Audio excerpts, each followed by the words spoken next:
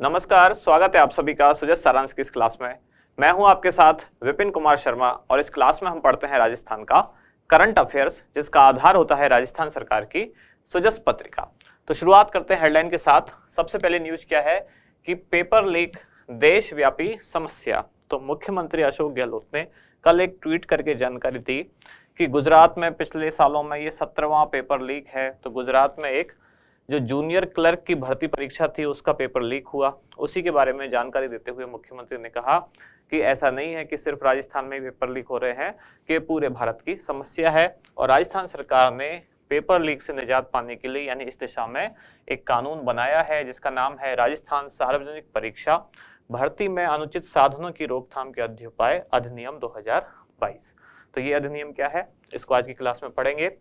दूसरी यहाँ न्यूज है महात्मा गांधी अंग्रेजी माध्यम विद्यालय, जिसमें कि अब शिक्षक भर्ती होने वाली है, जिसमें 9,712 पदों के लिए ऑनलाइन आवेदन 31 जनवरी से शुरू होने वाले हैं। यहाँ नीचे एक छोटी सी जानकारी दी गई है कि सुजस मोबाइल एप्लीकेशन के बारे में, यानी कि इस ऐप पर जो DIPR विभाग है राजस्थान सरकार का, तो इस एप्लीकेशन के माध्यम से सुजस की जो आप डेली ई बुलेटिन देख रहे हैं, इसका PDF आप डाउनलोड कर सकते हैं, वीडियो बुलेटिन आप देख सकते हैं, पॉडकास्ट वहाँ सुन सकते हैं। तो ये सारी जानकारी या सरकार के जो और भी कार्यक्रम हैं, योजनाएं हैं, प्रेस विज्ञप्ति हैं, या सरकार जो भी पब्लिकेशन में देना चाहती है, ये सारी चीज़ें भी आप इस एप्लीकेशन के माध्यम से देख सुन सकते हैं। आगे बढ़ते हैं अगले पेज पर। यहाँ है चित्तौड़गढ़ जिले में 63 नए खेल स्टेडियम बनाए जाएंगे और किसान फसल खराबे की सूचना 72 घंटे में दें।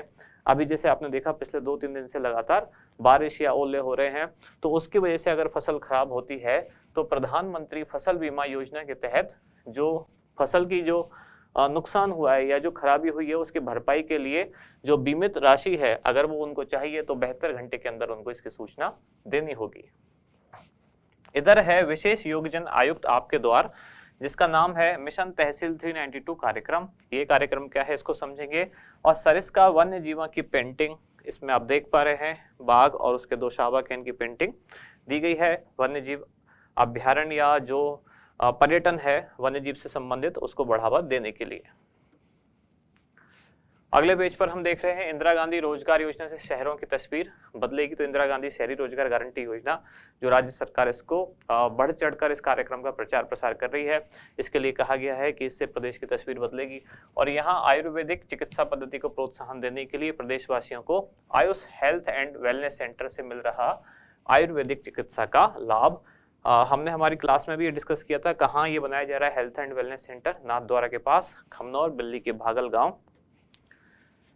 अब देखते हैं हमारा इंडेक्स, यानी कि कौन कौन सी जानकारियां हैं जिनको हम डिटेल में पढ़ने वाले हैं। सबसे पहले है राजस्थान सार्वजनिक परीक्षा भर्ती में अनुचित साधनों की रोकथाम के अध्युपाय अधिनियम 2022। फिर उसके बाद है महात्मा गांधी अंग्रेजी माध्यम विद्यालय।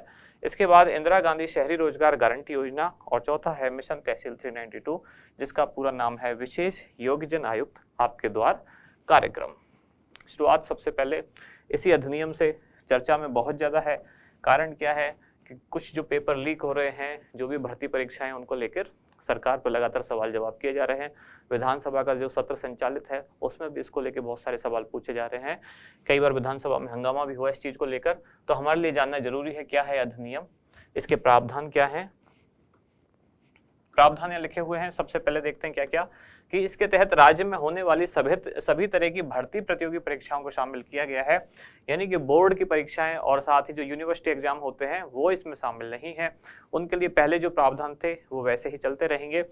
इस अधिनियम में केवल जो भर्ती प्रतियोगी परीक्षाएं हैं वही शामिल की जाएंगी।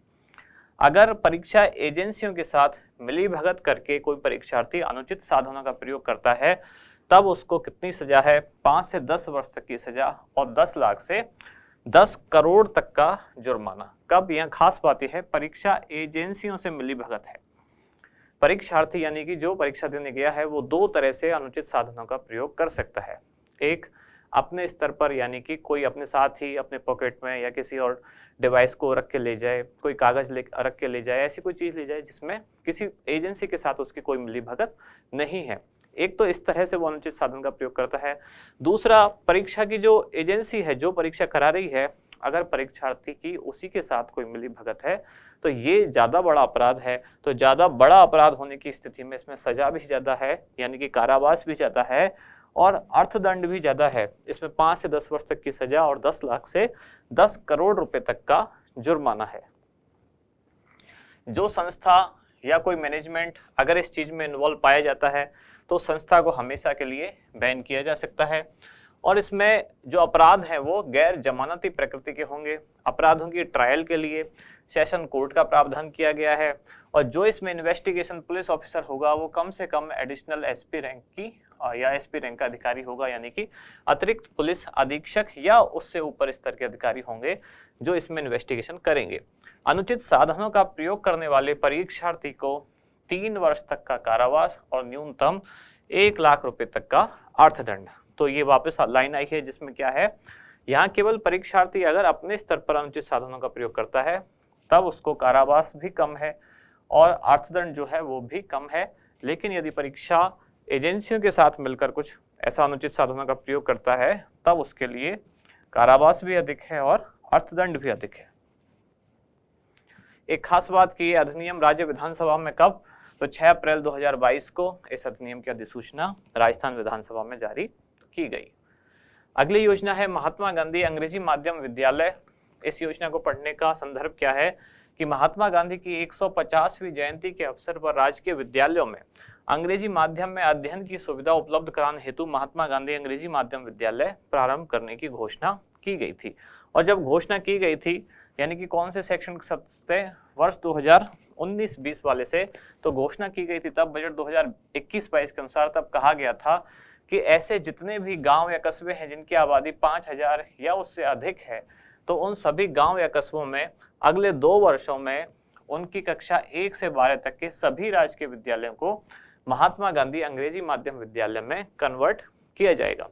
क्या कंडीशन रखी गई, 5000 से अधिक आबादी वाले सभी गांव और कस्बे और वहां के जो कक्षा 1 से 12 तक के जितने भी सरकारी स्कूल हैं उनको आगामी 2 वर्षों में महात्मा गांधी अंग्रेजी माध्यम विद्यालय में परिवर्तित किया जाएगा। और फिर इसकी सफलता को देखते हुए या इसकी लोकप्रियता को देखते हुए बजट 2022-23 में घोषणा की गई कि आगामी एक वर्ष में 1000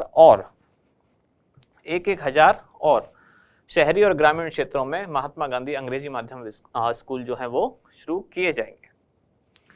अगली योजना है इंदिरा गांधी शहरी रोजगार गारंटी योजना। अभी कुछ दिन पहले इसमें से क्वेश्चन भी पूछा गया था कि इस योजना का बजट कितना है। हमारी मैराथन वाली क्लास में सबसे पहला ही ये लिखा हुआ था, बजट कितना है इस योजना का, 800 करोड़ रुपए, ये पूछा जा चुका है। तो इंदिरा गांधी शहरी रोजगार गारंटी योजना की घोषणा कब की गई थी, बजट 2022-23 में। योजना कब से प्रारंभ हुई, 9 सितंबर 2022 से। और कहां से, खानिया की बावड़ी जयपुर से। वर्चुअली मुख्यमंत्री द्वारा श्रमदान करके पूरे राज्य में शुरुआत की गई थी, लेकिन श्रमदान उन्होंने कहां से किया था, खानिया की बावड़ी जयपुर से। और पूरे राज्य में प्रारंभ किया गया आभासी तौर पर, यानी कि वर्चुअली या डिजिटल मीडियम से उन्होंने योजना की शुरुआत की। किस विभाग द्वारा संचालित है, तो स्वायत्त शासन विभाग के अधीन ही जो स्थानीय निकाय विभाग है इसके द्वारा ही इसका संचालन किया जाता है।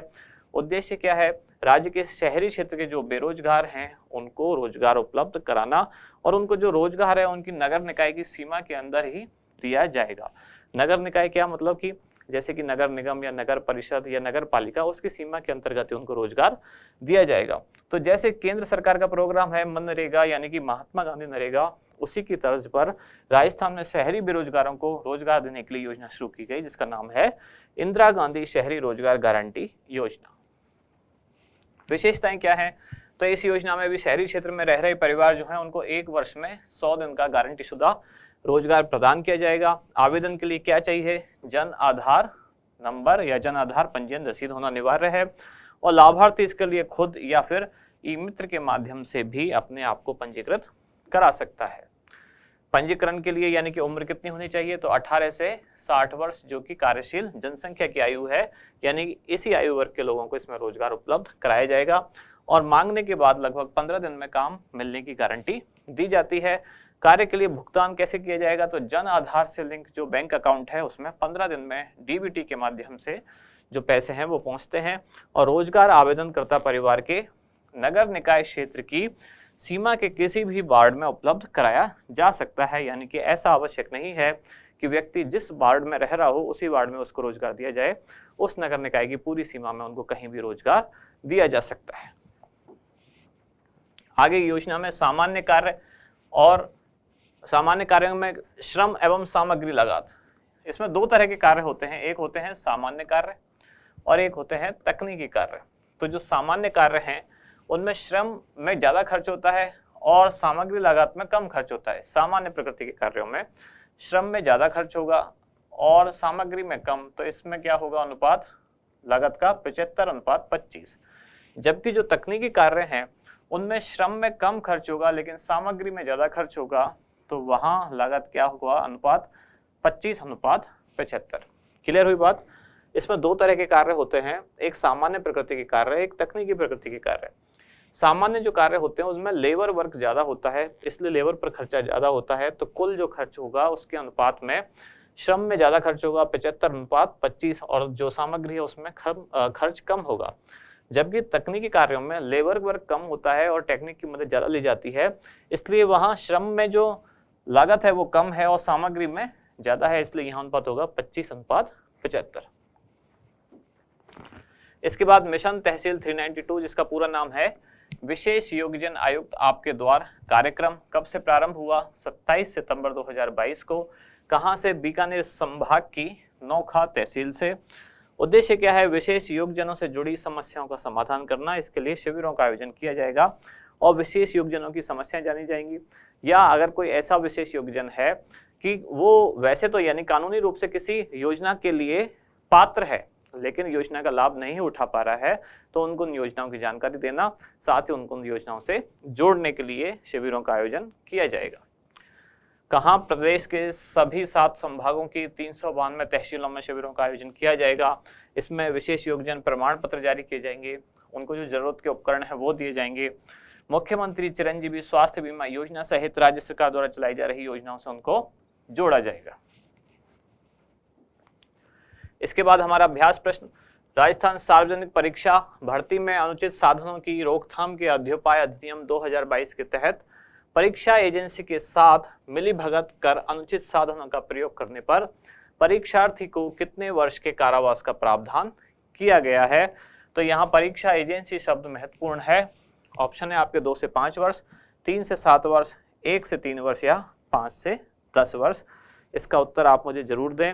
और एक खास बात, आप में से कई लोग लगातार जो फ्लैगशिप योजना वाली क्लास है उसके लिए कमेंट कर रहे हैं, तो मैं कई बार एक एक को व्यक्तिगत तौर पर रिप्लाई नहीं कर पाता, उसके लिए मैं आपको एक साथ अभी बता देता हूं। फ्लैगशिप योजना मैंने आपको कहा था एक टाइम पहले कि 2-4 दिन में वो आने वाली है, पर किसी कारण से क्लास में थोड़ा सा लेट हो रहा है, तो बहुत जल्दी हम उसी काम में लगे हुए हैं। अब हो सकता है अगले 1-2 दिन में जब भी जैसे ही वो कंप्लीट हो जाएगा तो ज़रूर वो क्लास आपके साथ डिस्कस की जाएगी। देर होने का कारण उसमें एक तो यही है कि सारी योजनाओं में कुछ ना कुछ परिवर्तन हुए हैं, जैसे कि अभी अभी मुख्यमंत्री बाल गोपाल योजना जो है उसमें दूध वितरण का जो दिन था वो परिवर्तित कर दिया गया। पहले जो मंगलवार और शुक्रवार था, अभी कुछ दिन पहले न्यूज़पेपर में खबर थी कि वो मंगलवार के स्थान पर अब बुधवार कर दिया जाएगा। या ऐसे किसी योजना में कोई बजट चेंज हुआ है, कोई नई चीज़ें जुड़ी हैं, कुछ पुरानी चीज़ें हटी हैं, कुछ फ्लैगशिप योजना में नई ऐड हुई है या कुछ पुरानी हटी है, तो सारा डाटा एक बार वेरीफाई करने में थोड़ा सा टाइम लग रहा है। तो बहुत जल्दी ही वो क्लास भी आपके साथ डिस्कस की जाएगी। तो इसका बताएं आंसर कमेंट्स में। अब मिलते हैं कल अगले न्यूज़ के साथ अगली क्लास में। धन्यवाद।